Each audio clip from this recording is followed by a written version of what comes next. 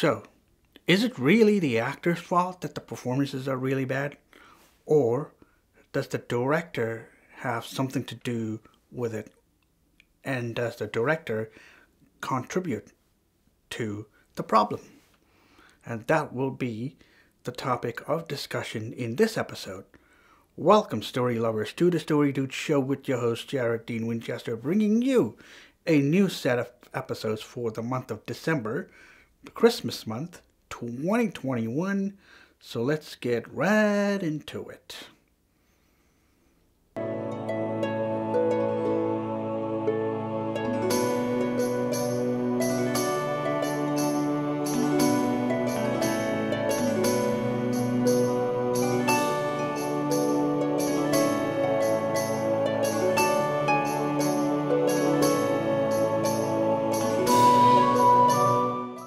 When they take on a role, they will, by default, be bringing their own interpretation or their own take of the role or the character to their performances.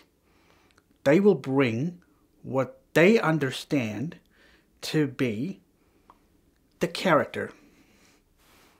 But the director's vision is a little different. I would assume this. Now,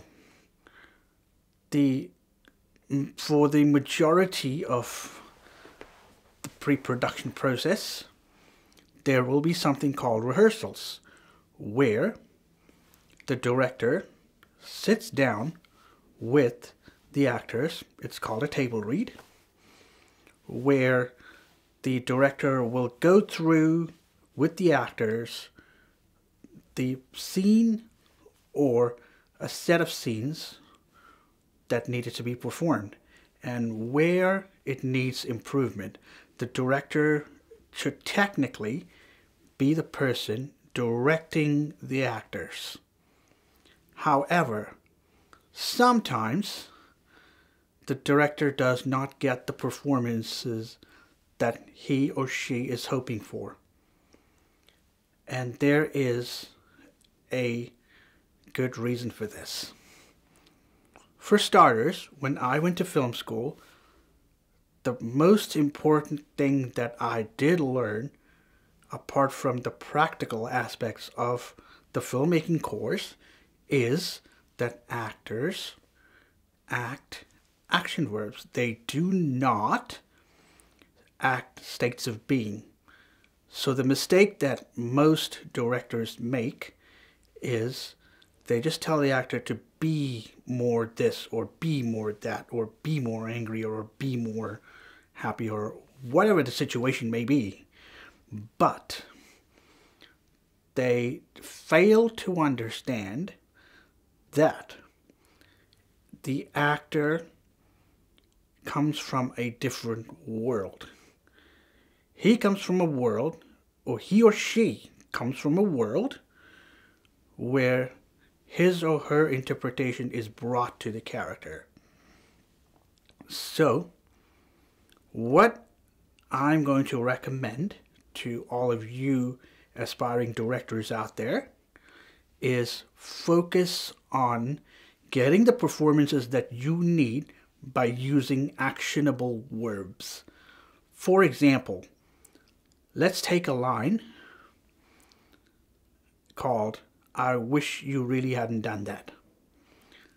How can I deliver this line in a specific way?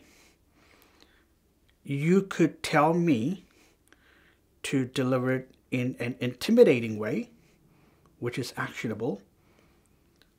So you could use the words to intimidate. Or if you were to plead with another character, if you were to ask the actor to plead with another character, you would say, with this line, I want you to plead. And I want you to beg or something like that. Something that is actionable. So, at the end of the day, if you see a performance that is bad, it's not entirely the the actor's fault. Some of it is the director's fault because that director did not do a great job of directing the actor. Also, a director did not do a great job if he or she made the actors uncomfortable. So keep that in mind. For all you aspiring directors out there, use actionable verbs to get the performances that you need out of your actors. Now, a simple way to do this is you take your script and you create beats with the actionable verbs. You look at each line and you look at the subtext, or you look at the intent behind the dialogue, and you introduce actionable verbs for the actor. In some cases, you can say to the actor, with this line, this is the subtext. That is totally fine. So, with that being said, make smart choices with your actors, and as I've said before, it is not entirely the actor's fault if the performances suck. The director has something to do with it as well. So, put equal blame on the director. Now, I'm not saying critics should do this. They should mock or demoralize or demonize the director or filmmaker. But I am saying directors make smart choices so that the performance stand out and they are to your expectation. Do not simply say to your actor, go be this or go be that or be this or be that. No, no, no. The actor acts action verbs. They take a piece of dialogue and they look at the intent, and that is what you need to focus on. So, with that being said, this is Jared Dean Winchester.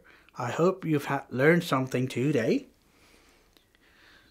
So, with that being said, thank you for watching, and until I see you again for the next episode of The Story Dude Show, please like, comment, and subscribe. I post anywhere between 2 to 3 episodes per month of The Story Dude Show, and until then, I will catch you around for a new installment of The Story Dude Show, and until then, I know I've said that before, but until then, don't forget to turn that page.